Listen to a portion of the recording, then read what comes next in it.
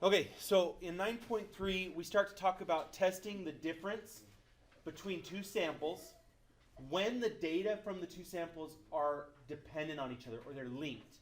Okay, a couple examples of things where they're dependent on each other would be like a pre-test, post-test.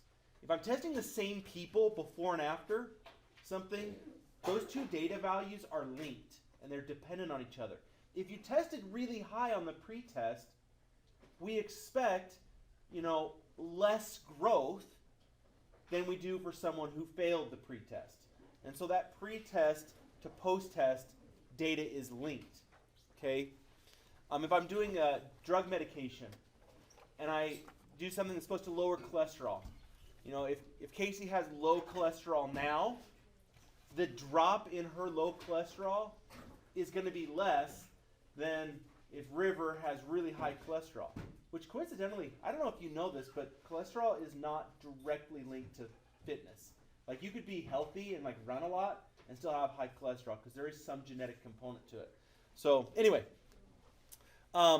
if I had two people that had the same, so if I took twins, they could have the same genes, right? And I could test them in different scenarios and say that they're linked, that there's a dependent connection on them.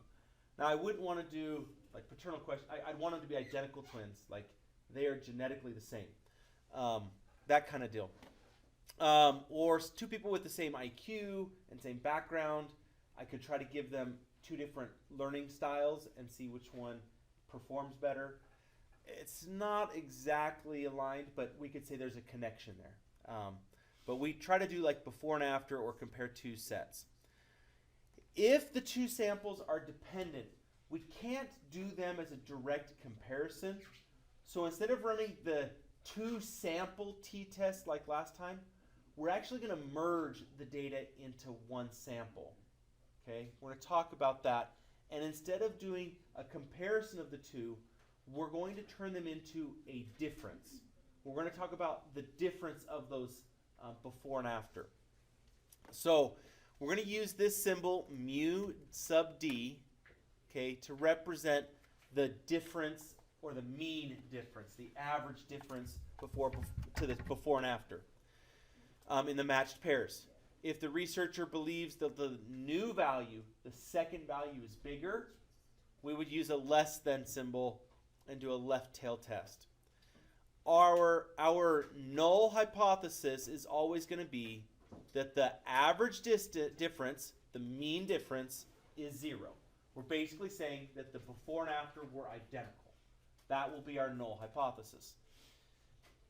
We could have these other alternate hypotheses. Okay, we could obviously have the no difference. Okay, if we are testing for a difference, so just the word different. Okay, this one gets you into trouble. For mu d to be less than 0, mu d is mu1 minus mu2. That, for this to be true, okay, for it to be less than, mu2 has to be bigger. Okay, we're taking a small number minus a big number.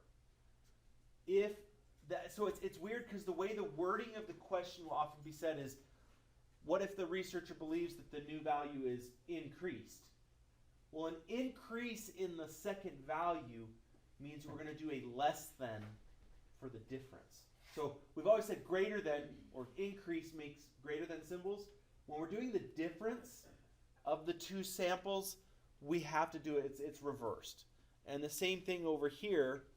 In order for the mean difference, mu sub d, which is mu1 minus mu2, in order for it to be positive or greater than 0, mu2 must be small. Okay? So it's dependent on that kind of situation. We're looking at the before and after. Did we see an increase? That means we're going to get a negative difference. If we saw a decrease, we would get a positive difference. We're going to calculate the mu d in our calculator. Pretty much in fact, to do this test at all, you can't do it off of statistics. You have to do it off of the actual data. because you have to have the before and after data to compare. So we're going to use our calculator and our our edit in our L1 and L2. We'll use that information a lot. All right. Couple of assumptions that we have to make when we're going to use this sum of the difference of the means, or the mean difference, sorry, for using the t-test when they're dependent. First, the samples do still have to be random. I can't just select the highest test scores in the room and say, let's just look at their before and after. I have to have a random assessment. Okay. Second, the two data the data has to be linked. If they're not actually linked, this doesn't make any sense. The before and after, or the two people with the same background. When the sample sizes are less than 30, they need to be normally distributed, or very close to normally distributed. Any sample bigger than 30, it doesn't matter. These assumptions are all being made for us in the book, but if you were to talk to somebody in a statistics class in the future, or do a statistical research, you need to acknowledge, hey, I need my samples to be dependent, I need them to be normally distributed, or close to it. Page 502 and 503 in your text does have this broken down, but we're going to go ahead and go through this process. Basically, it's the same hypothesis test, but when we're doing these differences, okay, really important, we're going to run just a straight t-test, okay? This is not going to be a two-sample t-test.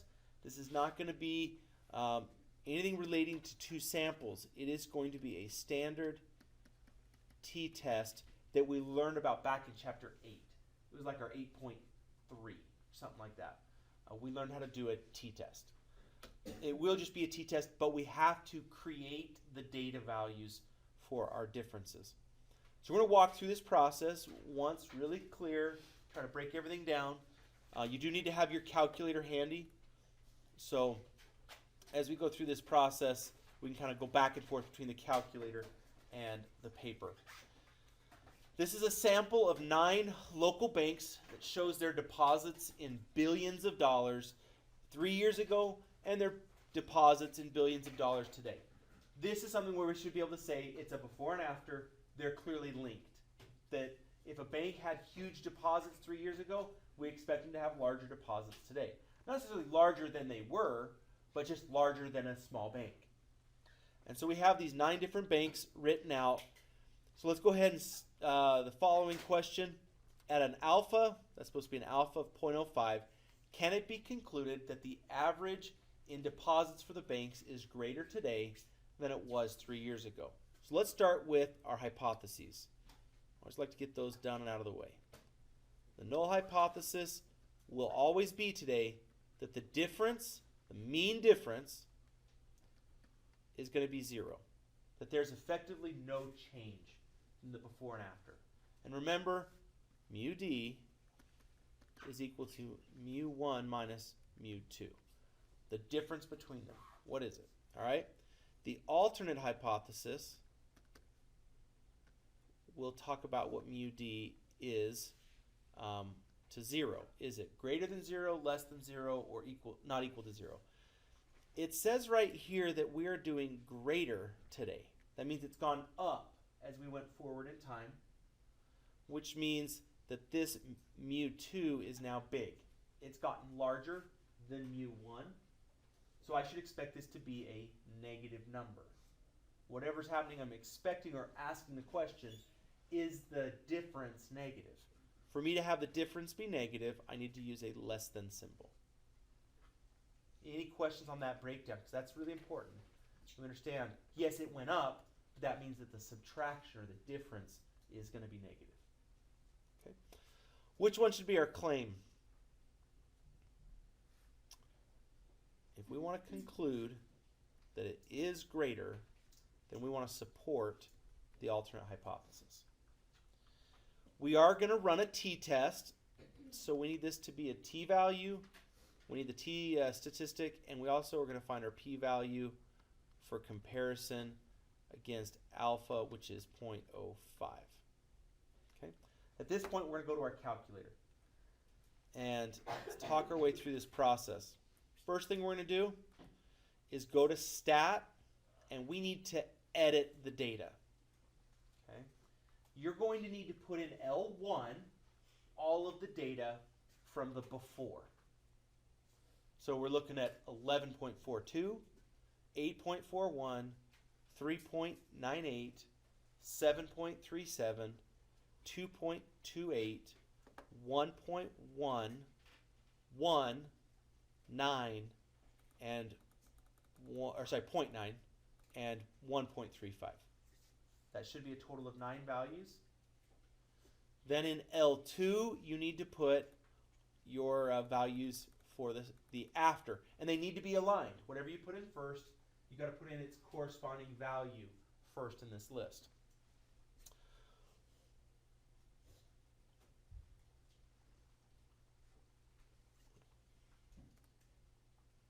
Okay, once we have that in, we need to create the subtractions. Now you could have, I'll be clear, you could have gone through every single one of these and calculated the difference by taking the top number minus the bottom number, top number minus bottom number, and make a list. That's doable. What I'd prefer to do is just come over to L3. You've got to be up top in L3, and I'm going to type second 1. That's going to be L1 minus second 2. I want the top line to say L1 minus L2 in L3. If I press enter, it will do all the subtractions for me. Okay? Now let's say that I don't want to put in all of the data. You could do all of these subtractions, then put that in L1. That's totally doable. But if I'm going to use my calculator, just put the data in. I don't know. That's how I always do it. L1 minus L2 produces L3. Any questions? Okay, if we have that done, I'm now going to go run a t-test. So stat, go over to our test. It's option 2. It's just a pretty straightforward t-test. I'm going to select that t-test. I'm going to work off of data. Okay? Always work off of data because that's where I need to reference. Okay? What is in our null hypothesis for mu d? In our null hypothesis, we said that the potential difference was 0.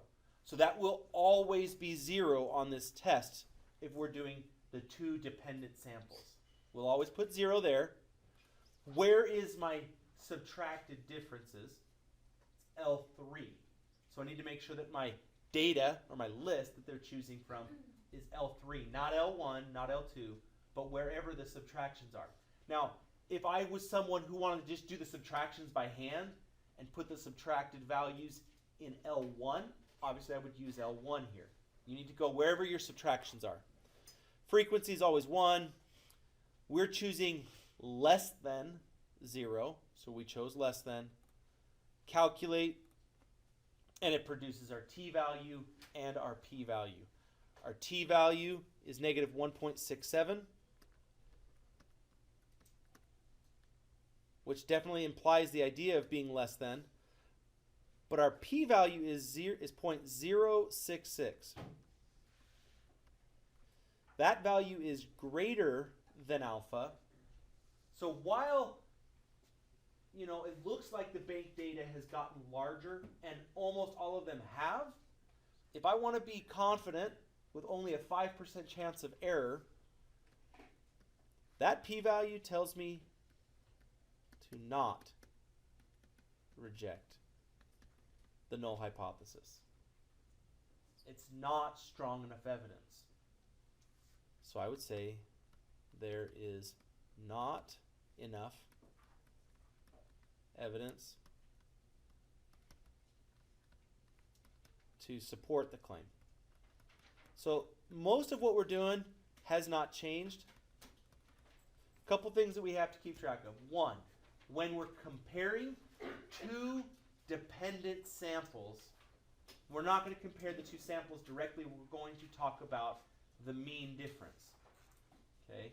And that means we're going to run a t-test on the subtracted values. So it changes our null and our alternate hypothesis just a little bit, but we just are running a t-test and making the same rejection, not rejection decision that we've made all along. All right, good luck, guys.